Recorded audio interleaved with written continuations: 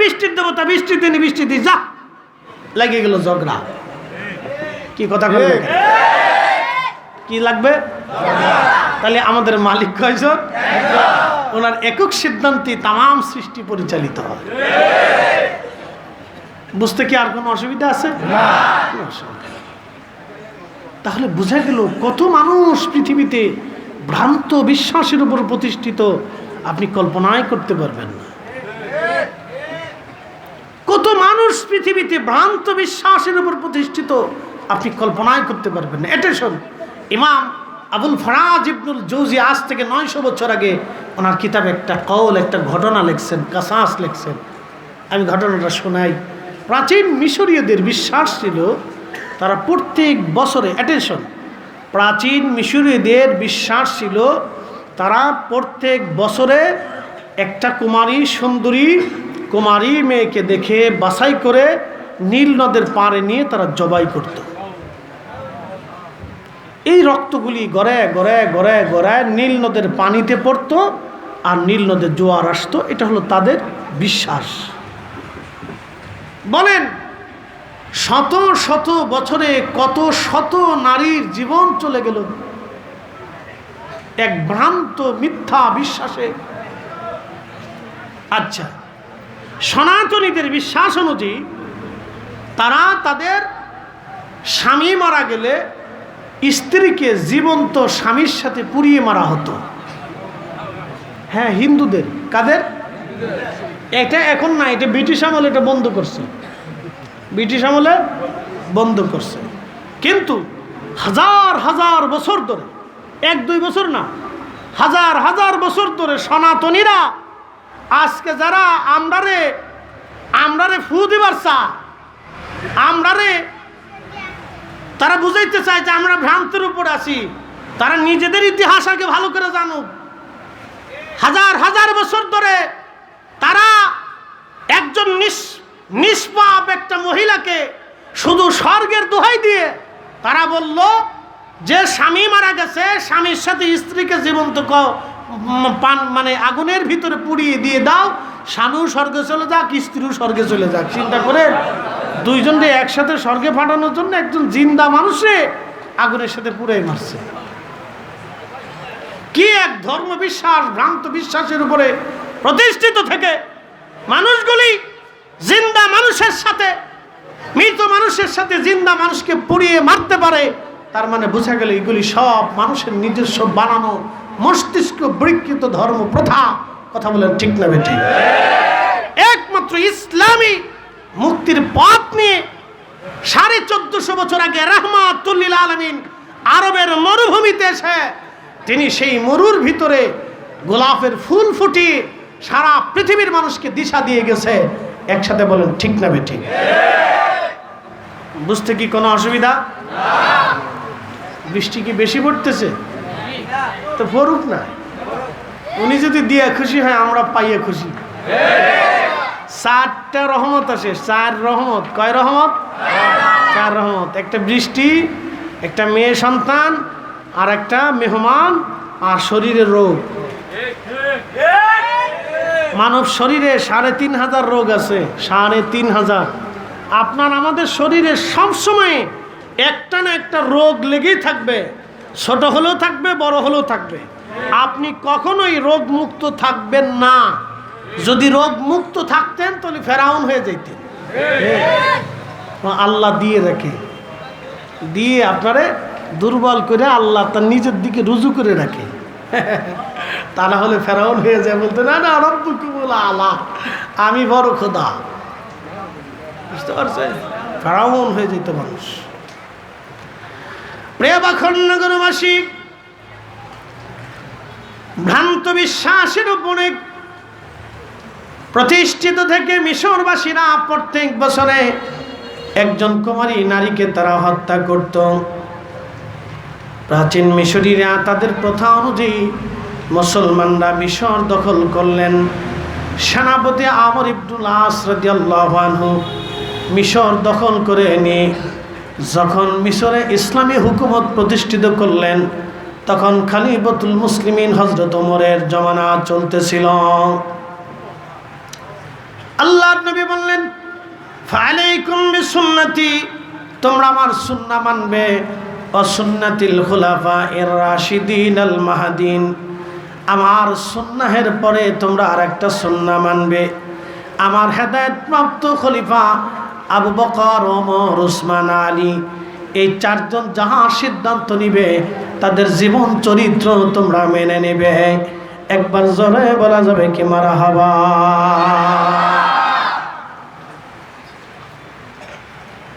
হযরত ওমরের জামানাতে সেনাপতি আমর ইবনুল আস, তিনি মিশর দখল করার পরে মিশরের মানুষেরা নীল নদের জোয়ার আনার জন্য তাদের ধর্মীয় প্রথা অনুযায়ী একজন কুমারী নারী বাছাই করে ওই মেয়েটাকে নিয়ে ঢোল ডগর পিটাই আনন্দ করতে করতে, হই হুল্লা করতে করতে তাদের প্রথা অনুযায়ী নীল নদের দিকে তারা রওনা হয়ে গেছে।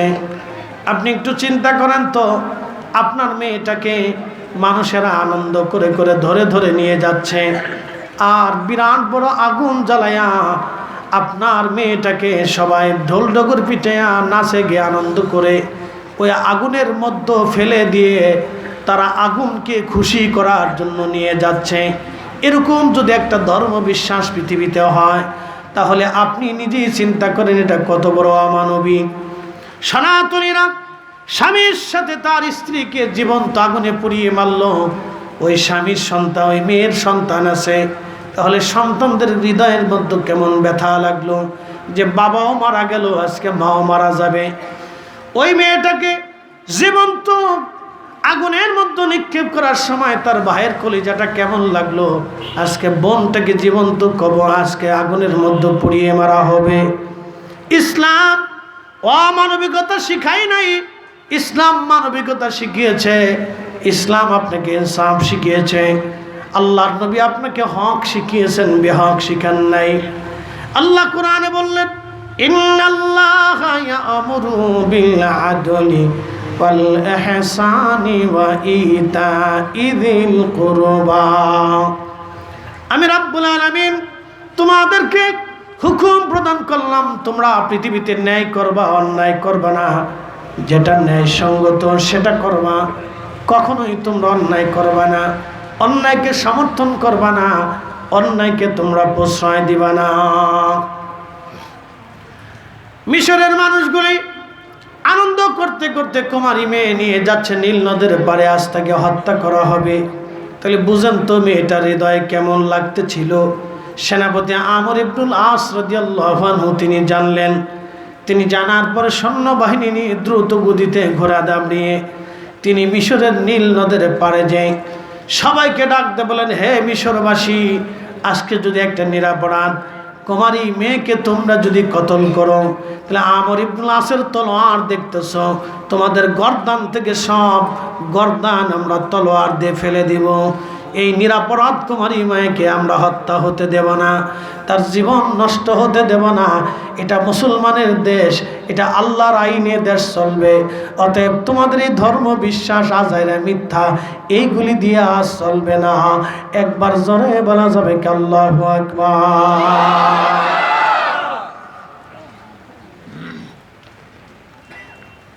সেনাপতি আমর ইবনুল আসের হুকুমে মিশরীরা থেমে গেল। থেমে যাওয়ার পরে বলতেছে, হে সেনাপতি আমর ইবনুল আস, তোমরা দখল করেছো ঠিক আছে, কিন্তু আমাদের ধর্ম বিশ্বাস হলো এই কুমারী মেয়েটাকে জীবন্ত যখন আমরা জবাই করব, তারই জবাই করার পরে তার রক্তটা নীল নদের মধ্যে পড়বে, আর নীল নদের মধ্যে জোয়ার আসবে। তোমরা যদি এই কুমারী মেয়েকে হত্যা করতে না দাও, তাহলে আমরা মিশরীরা বললাম নীল নদের জোয়ার এনে দাও। করছে না চ্যালেঞ্জে, জোয়ার এনে দাও। আল্লাহ রসুলের কাছে অনেকে এসে বলল যে তুমি যে নবী তার প্রমাণ কি? বলে কি প্রমাণ চাও?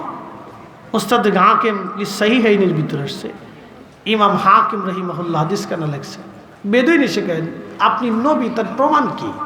বলে কি প্রমাণ চাও? বলে যে ওই গাছ যদি হেঁটে হেঁটে এসে আপনার কালেমার সাক্ষ্য দেয়, তাহলে বুঝবো আল্লাহ আছে এবং আপনি নবী। শোনেন, আপনাদেরকে একটা কথা বলে যায়, আজ নবীদেরকে আল্লাহ মুজিজা কেন দিছে? মুজিজা না হলে নবীরা দিন প্রতিষ্ঠিত করতে পারত না। দিন প্রচারে মানুষ আল্লাহ যে আছে এই কথা মানুষ বিশ্বাস করত না। মুজিজা দেখাইয়া আল্লাহর নবী কালেমার দিন মানুষের কলিজা পর্যন্ত পৌঁছাইছে। ঠিক। কাফেররা এসে বলল, এ মুহাম্মদ, তুমি যে নবী, তোমার আল্লাহ আছে, প্রমাণ কি? বলে, কি প্রমাণ চাও? বলে, আকাশের চাঁদ যদি দ্বিখণ্ডিত করে দেখাইতে পারো তাহলে মানবো আল্লাহ আছে। একসাথে বলবেন আল্লাহু আকবার। তো আল্লাহ নবী বলেন, চলো দেখাবো। হাতের আঙ্গুলের ইশারাকে বলেন, হে চাঁদ, তুমি আল্লাহর হুকুমে দ্বিখণ্ডিত হয়ে যাও। আচ্ছা বলেন তো, চাঁদ কার নিয়ন্ত্রণে চলে? আল্লাহ। চাঁদ কার অধীনে? আল্লাহ। চাঁদকে হুকুম দিছে আল্লাহর নবী। চাঁদ তো আল্লাহর হুকুমে, আল্লাহর আইনে, আল্লাহর নিয়ন্ত্রণে, আল্লাহর অধীনে। এখন যদি হুকুম না মানে তো চাঁদ জানে যে আমাকে অতল গহ্বরে জাহান্নামে নিক্ষিপ্ত হয়ে যাব, চিরদিন পর্যন্ত আমি চাঁদ জাহান্নামের শাস্তি ভোগ করতে হবে। সাথে সাথে চাঁদ শরীর থরথর থরথর করে কাঁপতে লাগলো। চাঁদ কেঁপে কেঁপে কেঁপে কেঁপে জাবাল আবু কুবাইস পাহাড়ের দুই পাশে চাঁদ, দুই খণ্ড, দুই পাশে যে কাঁপতে লাগলো। আরববাসী মনে করতেছে এখনই বুঝি চাঁদ ভেঙে পড়ে যাবে। হাজার হাজার আরববাসী এই দৃশ্যের সাক্ষী। আবু জাহেল ডাক দেখে, এ মক্কাবাসী, শুনছিস? ভাতিজা কিন্তু তোদের চোখের মধ্যে জাদু মারছে, চাঁদের জায়গা চাঁদ ঠিকই আছে। ওর কপালে হেদায়েত আছে। আবার কেউ কেউ মেনে নিল। এই জন্য নবীদেরকে আল্লাহ মুজিজা দিছে আর অলিদেরকে আল্লাহ কারামাত দিছে। যদি শাহজালাল ইয়ামানি জায়নামাজ দিয়ে নদী পার না হতেন তাহলে বাংলাদেশে কালেমার স্বাদ বুঝতেন না। খাজা বাবা আজমিরি রহিমাহুল্লাহ যদি আনা সাগরের পানি লুটার ভিতরে না আসতেন তাহলে কালেমার স্বাদ কি জিনিস এটা বুঝতে পারতেন না।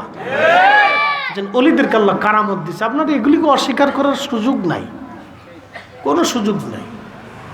যেন এগুলি কোরআন সুন্নাহর ভিতরে, আমাদের কারো এগুলি অস্বীকার করার কোনো রাস্তা নাই। প্রিয় উপস্থিতি, এগুলি বুঝতে হবে আমাদেরকে। আল্লাহ কেন এগুলি দিচ্ছেন, এগুলি দেওয়ার পিছনে রহস্য আছে। নবী বললেন, তুমি যা বলো গাছরে আসতে কো, বলো রসুল তোমাকে ডাকছে, আমাকে বলতে হবে না। বেদুইন যাকে, গাছ রসুল তোমাকে ডাকছে। গাছ ডান দিকে এক মুসুর দিছে, বাম দিকে এক মুসুর দিয়ে শিকড় দিয়ে হেঁটে হেঁটে আল্লাহর নবীর সামনে চলে আসছে।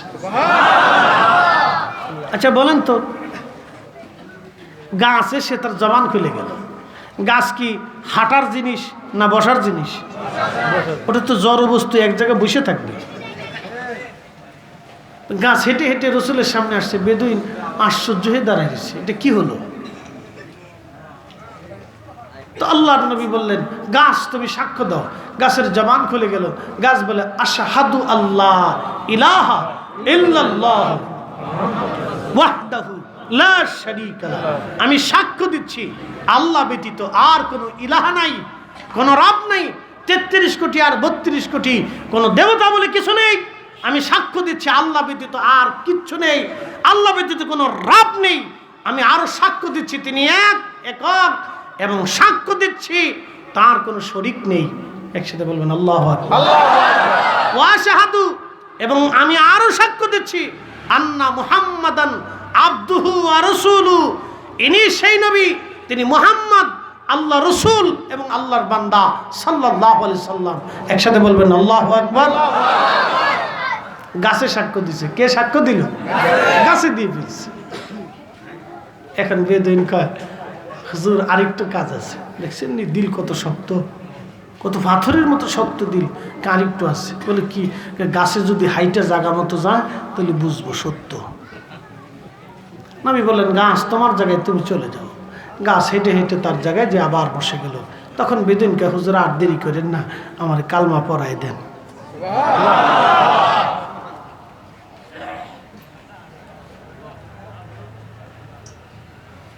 আপনাকে এই জন্য নবীদেরকে আল্লাহ মুজিজা দিয়েছেন। সব নবীদেরকে মুজিজা দিয়েছেন, কোন নবী মুজিজা বিহীন ছিল না। কারণ আল্লাহ বিশ্বাস করিতে মানুষকে মুজিজা দেখাইতে হয়েছে। আল্লাহ যে আছে এটা বিশ্বাস করিতে মুজিজা দেখাইতে হয়েছে।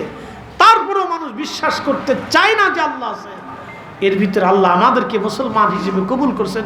কত বড় সৌভাগ্য আমাদের! হিসাব করলে আপনার এমনিতেই সেজদায় মাথা নত হয়ে আসবে। আপনার তো বুঝাইয়ে মসজিদে নেওয়ার দরকার নাই, তো আপনি নিজে একটু ফিকির করেন না, চিন্তা করেন, গবেষণা করলেই এমনি তো সেজদায় মাথা নিয়ে আসবে। হ্যাঁ, আপনি রবি শব্দ সর্বশক্তিমান আল্লাহ, আপনি শ্রেষ্ঠ, আপনার কাছে আমাকে ফিরে যেতে হবে, জবাবদিহিতা করতে হবে, আমার জীবনের হিসাব আপনাকে বুঝিয়ে দিতে হবে। আপনি জিন্দিগিতে আমাকে পাঠিয়েছিলেন, রিজিক দিয়েছেন, বৃষ্টি দিয়েছেন, সূর্য দিয়েছেন, আলো দিয়েছেন, মা দিয়েছেন, সন্তান দিয়েছেন, খাবার দিয়েছেন, ওষুধ দিয়েছেন, অক্সিজেন দিয়েছেন, হাইড্রোজেন দিয়েছেন, জ্বালানোর জন্য আগুন দিয়েছেন, সব নিয়ামত আল্লাহ আপনি আমাকে দিয়েছেন। আল্লাহ, দিন শেষে তোমার কাছে ফিরে যাব, এগুলির হিসাব দেওয়ার মতো সামর্থ্য আমার নাই। বান্দাকে তুমি বিনা হিসেবে মাফ করে দিও আল্লাহ। আমি তো তোমার ক্ষুদ্র বান্দা, আমি তো অপরাধী, তুমি তো মহান, তুমি তো ক্ষমা করতেই ভালোবাসো আল্লাহ। তুমি তো ক্ষমাশীল, তুমি তো দয়াশীল। এরকম আল্লাহরে প্রশংসা করে যদি ক্ষমা চাইয়ে বসেন, তাহলে মাপ পাইয়া যাবেন। বুঝতে পারছেন? আল্লাহর ক্ষমা চাওয়ার আগে আল্লাহর একটু প্রশংসা করেন। আল্লাহর চাওয়ার মতো যদি চাইতে পারেন, তো আসমান থেকে আসতে দেরি হয় না। বুঝতে পারছেন? চাওয়ার মতো চাইতে পারলে আসমান থেকে আসতে দেরি হয় না, তো মনে রাখবেন। তো সেনাপতি আমর ইবনুল আস তিনি বলতেছে, ঠিক আছে, তোমাদের তো নীল নদের জোয়ারি দরকার। বলে হ্যাঁ।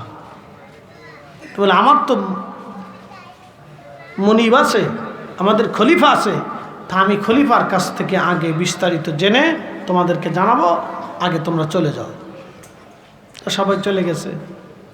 চিঠি লিখছেন আমিরুল মুমিনিন হযরত ওমর রাদিয়াল্লাহু আনহুর কাছে। এই শুনে যান, আপনাদেরকে আজকে একটা কথা বলি। আমির যদি শরীয়তের জ্ঞানের সাথে সাথে আধ্যাত্মিকতা না থাকে, তাহলে সেই আমির দিয়ে বিজয় অর্জন করা যায় না। আমি আপনাদেরকে সাচ্চা কথা বলতেছি, বুঝতে হবে এগুলি। আমার কথা সবাই বুঝবে না। আমির যদি শরীয়তের জ্ঞানের সাথে তার আধ্যাত্মিকতা না থাকে, তাহলে সেই আমির দিয়ে বিজয় অর্জন করা যায় না। শরীয়তের এলেমের সাথে সাথে আধ্যাত্মিকতা থাকতে হবে। খলিফাতুল মুসলিমিন হযরত ওমরের কাছে চিঠি চলে গেল মদিনাতুল মুনাওয়ারা, সুদূর মিশর থেকে। চিঠিখানা পড়ার পরে হযরত ওমর রাদিয়াল্লাহু আনহু তিনি আরেকখানা চিঠি লিখলেন। চিঠির মধ্যে লেখা, হে নীলনদ, তুমি যদি আল্লাহর হুকুমে প্রবাহিত হও, তাহলে আমি খলিফাতুল মুসলিমিন ওমর বলতেছি, তুমি আল্লাহর হুকুমে প্রবাহিত হও। হ্যাঁ নীলনদ, তুমি যদি আল্লাহর হুকুমে প্রবাহিত হও, তাহলে আমি ওমর খলিফাতুল মুসলিমিন ওমর বলতেছি, তুমি আল্লাহর হুকুমে প্রবাহিত হয়ে যাও। আর তুমি যদি তোমার নিজের ইচ্ছায় প্রবাহিত হও, আল্লাহর হুকুমে তুমি যদি প্রবাহিত না হও, তাহলে তোমার প্রবাহিত হওয়া লাগবে না। নীল নদ কার অধীনে? আল্লাহর অধীনে। পৃথিবীতে দুইটা নদী আল্লাহর জান্নাত থেকে আসছে, একটা নীল নদ আর একটা ফোরাত নদ। দুই নদী, নীল নদী, ফোরাত নদী, সরাসরি আল্লাহর জান্নাত থেকে আসছে। হাজার হাজার মাইল পথ অতিক্রম করার পরে এই নদী কখনো শুকায় না। তবে কিয়ামতের আগে একদিন নীল নদ, ফোরাত নদী শুকিয়ে যাবে। সহিহুল বুখারীর কিতাবুল ফিতানের ভিতরে নবী বলছেন, ফোরাত নদী শুকিয়ে যাওয়ার পরে স্বর্ণের পাহাড় ভেসে উঠবে। এই স্বর্ণকে কেন্দ্র করে সারা পৃথিবীতে যুদ্ধ ছড়িয়ে যাবে। সেই যুদ্ধটা বিশ্বযুদ্ধ না, সেটা মহাযুদ্ধ হবে। বিশ্বযুদ্ধ না, মহাযুদ্ধ। এমন কোনো গ্রাম নাই, পাড়া নাই, এলাকা নাই, বাড়ি নাই, যেই বাড়ি এবং এলাকা এই যুদ্ধের সাথে জড়িয়ে না পড়বে। প্রত্যেক 100 মানুষে 99 জন মার্ডার হবে, একজন মাত্র ব্যক্তি বেঁচে থাকবে। ওই একজনই পাক্কা ইমানদার, যে এই সম্পদ নিয়ে পারাপারি করতে যাবে না। শুধু দুনিয়ার লোভে 100 জনে 99 জনই মারা যাবে, একজন বেঁচে থাকবে যারা দুনিয়ার লোভ করবে না। একসাথে বলবেন আল্লাহু আকবার। এখন যদি কেউ এসে বলে, ভাইরে কোম্পানিগঞ্জের ওই পাশে এক জমিনে স্বর্ণ পাওয়া গেছে, ওর মাটির নিচে বলে খালি সোনা। কোম্পানিগঞ্জ নবীনগরের মানুষ ঘরে বসে থাকবে না, কোদাল টোদাল চিরুনি বিরুনি যার যেটি আছে লইয়ে, বাপ রে বাপ, কে কদ্দূর পর্যন্ত বেড়া বেডি টোনা টনি লেডিস পেডিস হিজলে ফিজলে বুড়া দুরা জোয়ান মধ্য যা আছে সোনা ভাওয়ার লেগে সব দৌড়াইব। আর ব্রাহ্মণবাড়িয়ার মানুষ যে কিতা জাত মানুষ, এই ডাল সর কিনেও যাইব, যে তোরাই পারবি না, তোরা ভাবি না, তোরা ভাবি না, তোরা ভাবি না। আমি চিন্তা করতেছি এরা আগে যুদ্ধ বিক্রি এরা আগে লাগাইব। দুনিয়া পাওয়ার লেগে মানুষ ৯৯ জনই মার্ডার হবে, সেই যুদ্ধ বিশ্বযুদ্ধ না, এটা মহাযুদ্ধ হবে। পৃথিবী ভেঙে যাবে, আকাশ সাগর শুকিয়ে যাবে, আকাশও ভেঙে যাবে, আল্লাহ রসুলের একটা কথাও মিথ্যা হবে না। বিশ্বাস আছে? একসাথে বলেন আছে। জীবনেও না একটা কথাও রসুলের মিথ্যা হবে না, যা বলে গেছেন এটাই ঠিক। আল্লাহর পবিত্র কোরআনের একটা শব্দ মিথ্যা হবে না, যা বলছেন এটাই ঠিক। আপনাদেরকে বিনা বাক্যে বিশ্বাস করে নিতে হবে, কোনো শব্দ করা যাবে না। বুঝে যান ইসলাম ও মুসলমান কি জিনিস। হযরত ওমর রাদিয়াল্লাহু আনহু চিঠি লিখে চিঠিখানা ভাঁজ করে তিনি পত্রবাহককে দিয়ে বললেন, সেনাপতি আমর ইবনুল আসকে বলবে চিঠিখানা নীল নদের মধ্যে ছেড়ে দিতে। একসাথে বলবেন আল্লাহু আকবার। আমির শরীয়তের জ্ঞানের সাথে সাথে তাকে আধ্যাত্মিকতা থাকতে হবে। আমিরকে শরীয়তের জ্ঞানী হওয়ার সাথে সাথে আধ্যাত্মিকতা থাকতে হবে। হযরত আমার চিঠিখানা লিখে দেওয়ার পরে ইমাম আবুল ফারাজ ইবনুল জৌজি লেখেন, চিঠিখানা যখন দিয়ে দিলেন বার্তাবাহক চিঠিখানা এনে সেনাপতি আমর ইবনুল আসকে দিলেন। তিনি চিঠিখানা নিয়ে নীল নদের মধ্যে চলে যেয়ে নীল নদের মধ্যে চিঠিখানা ছেড়ে দিয়ে চলে আসলেন। জোয়ার এসে গেল, আর কোনো দিন 1400 বছর মুসলমান পার হয়ে গেল। 1400 বছর পার হয়ে গেল। আজ এই 1400 বছরের ইতিহাসে একটা দিনের জন্য আর কোনো কুমারী মেয়ের জীবন দিতে হয় নাই। নীল নদে জোয়ার এসে গেল, কোনো দিন আর জোয়ার আনার জন্য নতুন করে কোনো কন্যা সন্তানের জীবন আজ পর্যন্ত যায় নাই।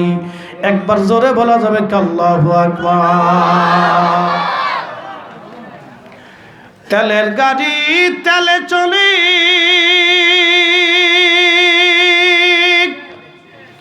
হাওয়ার গাড়ি হাওয়ায় উড়ে, বিনা তেলে চালায় গাড়ি নবী সুলাইমান। আমরা সেই মুসলমান, আমরা সেই মুসলমান।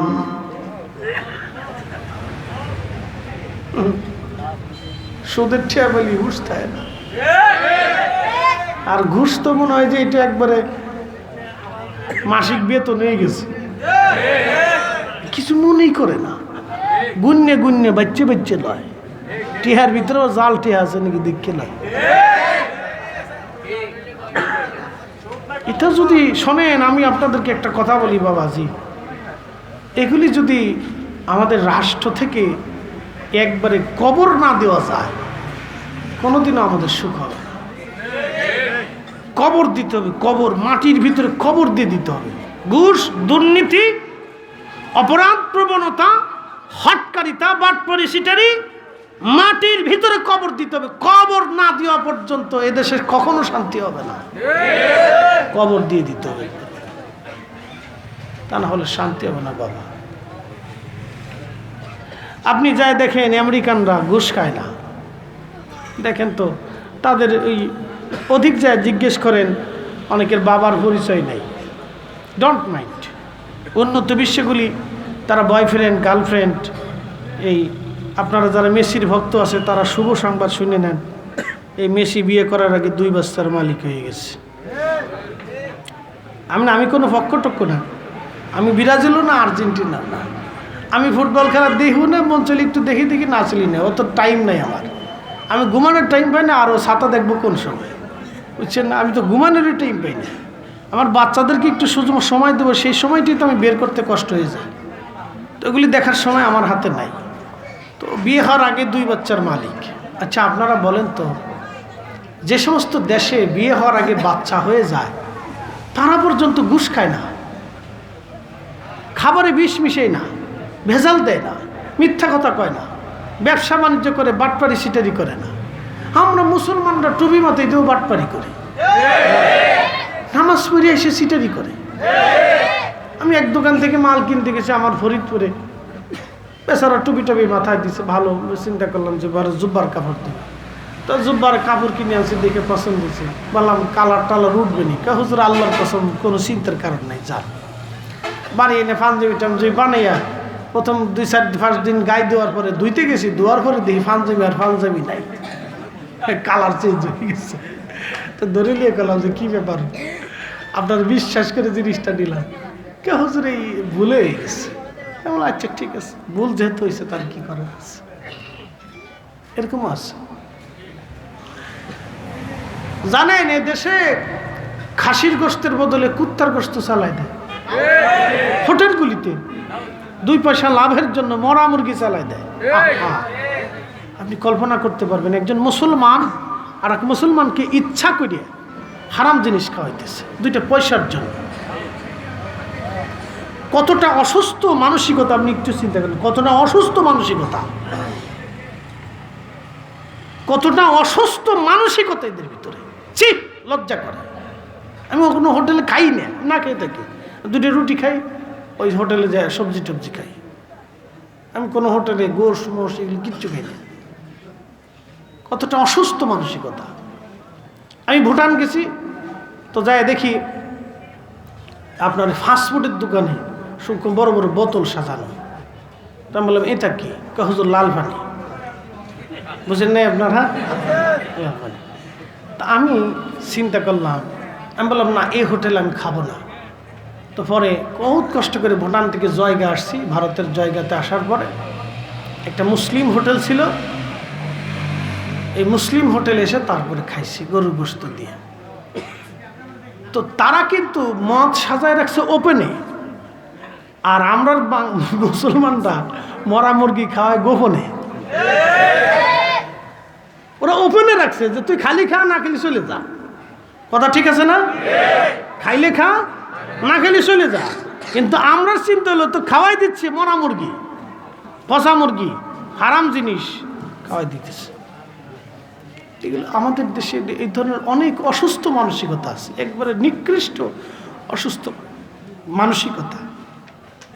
কবে পরিবর্তন হবে জানি না। এই ধর্মীয় অনুষ্ঠানগুলি ওয়াজ নসিহত যদি না হইতো, কত যে খুন খারাপি, মারামারি, ধরাধরি, অকাম কুকাম দেশে হইতো তার হিসাব ছিল না। এই ওয়াজ নসিহত শুনে কিছু মানুষ বুঝে যে না এটা অন্যায়, এটা ন্যায়, ঠিক আছে না? এই ওয়াজ নসিহত চলার দরকার, এগুলো হওয়ার দরকার। এগুলির থেকে কিছু শিখা যায়, বোঝা যায়। তো একসাথে বলেন আমরা কার কাছে ফিরে চলে যাব? কোনো সন্দেহ আছে কি? সন্দেহ। আমরা আল্লাহর কাছে ফিরে চলে যাব। তো সেনাপতি আমর ইবনে আস নদীর ভিতরে চিঠি ছেড়ে দিয়ে চলে আসলেন। নীল নদে জোয়ার আসলো, আর কোনোদিন সেই জোয়ার আনার জন্য দ্বিতীয়বার কোনো জীবন্ত কুমারী মেয়েটার জীবন দিতে হয় নাই। তাহলে বলেন ইসলাম আছে? আল্লাহ আছে? কোনো সন্দেহ নেই। এত পরিশুদ্ধ দিন, এত সুন্দর জীবন ব্যবস্থা আপনি কোথায় পাবেন? আর কোন জায়গায় খুঁজে পাবেন? রসুলের প্রত্যেকটা জিন্দেগি আপনি দেখেন তো, মেসাক থেকে শুরু করে আপনি আমাদের দিকে তাকান তো, আমরা হুজুর আলেমুল আমাদের দিকে তাকান। এই মসজিদের ইমাম সাহেবের বেতন কত? আজকে হিসাব দিই, 8,000, ভালো হইলে 10,000, আবার কোন মসজিদে 3,000 টাকা বেতন আছে। আমি ফরিদপুরে এক মসজিদের মাহফিলে গেলাম, বললাম আমরা তো দাওয়াত করে আনছেন, ঠিক আছে বুঝলাম, তো হুজুরি বেতন কত? হুজুর যা মাসে উঠে ওইটা হিসাব করে দিই। আমি কত উঠে? 3000 উঠে, 5000 উঠে, 2000 উঠে। আমরা মানুষ না গরু না খাসি? হুজুর এই কথা বললেন। আমি বললাম যে এত মুসল্লি থাকা সত্ত্বেও আপনার ইমামের বেতন যদি 3000 হয়, আমি বললাম বিড়ির দাম কত? হুজুর একটা বিড়ির দাম 10 টাকা। আমি বলছি একজন বিড়ি কয়টা খায়? 1 প্যাকেট খায়। বলে 1 প্যাকেটে কয়টা থাকে? অনেকে 15টা থাকে, 18টা থাকে, 20টা থাকে, যাই হোক। আমি বললাম যে 10টাই থাকো, 10টা যদি প্রত্যেক দিন বিড়ি খায় তাহলে প্রত্যেক দিন খরচ হয় 100 টাকা। তো মাসে চলে গেল 3000 টাকা। তো একজনের বিড়ির খরচাই 3000 টাকা, আর ইমামের বেতন মাসে 3000 টাকা। কথা বুঝেন নাই মনে হয়? একজনে বিড়ির পিছনে খরচা করে কত? আর ইমামের বেতন কত? ওই বেটা দাও কোরাল নিয়ে যে আপনার গলার মধ্যে যে ছুরি ধরে কয় না যে বাড়ি করে যা আছে দিয়ে যায় না। আপনি সব থেকে বুঝেন যে 6000 টাকায় একজন ইমামের জীবনে কি হয়, তার পরিবারে কি হয়, তার বাচ্চা আছে, সন্তান আছে, স্ত্রী আছে। তার স্ত্রী তো আমাদের বোন হবে। তা আমাদের এই বোনটার জীবনে তো একটা আশা আকাঙ্ক্ষা থেকে আমি স্বামীর পক্ষ থেকে কিছু পাই। তার একটা সন্তান আছে, সে আমাদের হয়তো ভাতিজা হবে না, ভাগ্না হবে। তো সন্তানটার তো একটা আশা থাকে যে আব্বা আমার জন্য ভালো কিছু কিনে নিয়ে আসবে। আপনি বলেন, আপনি সাপ থেকে বলে যান ভাই আমার এই জন্য এগুলো বুঝতে হয় ভাই। কিছু কিছু বিষয় আছে ইনসাফ থেকে বুঝতে হয়, হৃদয় থেকে বুঝতে হয়, বুঝছেন না? তাই আমি কি বলবো, বলার তো কোনো ভাষা নাই। মসজিদ কমিটিরও তো দোষ দিতে পারি না। হুজুর মুসল্লিরা টাকা দেয় না, মুসল্লির বিড়ির টাকা চলে, পানের টাকা চলে, খালি ইমামের টাকাটাই চলে না। কষ্ট নেবেন না বাবাজি, বন্ধু আমার, দুঃখের সাথে বলতেছি। মসজিদ কমিটির তো দোষ দিতে পারি না, তারা তো চেষ্টা করে, মুসল্লির পারে দেয় না। 100 টাকা করে মাসিক ধার্য করছে, 6 মাসে দেয় না। ঈদের সময় এসে 12 মাসেরটা দিবার যায়, তো অর্ধেক দেয়, আর অর্ধেক বাকি রেখে পরে দেবানি। পরে দিতে দিতে 10 বছর চলে গেছে, এখনো দেয় না। কিয়ামতের মাঠে মনে হয় দিবে আর কি, আশা করা যায়। এরকমই চলতেছে। কিয়ামতের মাঠে মসজিদ কমিটি হাল খাতা করবে, যারা যারা দিবার চাইছিল দিয়ে যান। আজকে শোনেন, আমি হাসতে হাসতে বলতেছি, হাসরের মাঠে কিন্তু হাসলে কাজ হবে না, সেদিন দাঁড়াইতে হবে, আল্লাহর আদালতে দাঁড়াইতে হবে। সেদিন জিজ্ঞাসিত হবে যে আমার একটা ঘর ছিল। ইন্না আউয়ালা বাইতিন উদিআ লিন-নাসি লাল্লাযী বিবাক্কাতা মুবারাকান হুদাল লিল-আলামিন।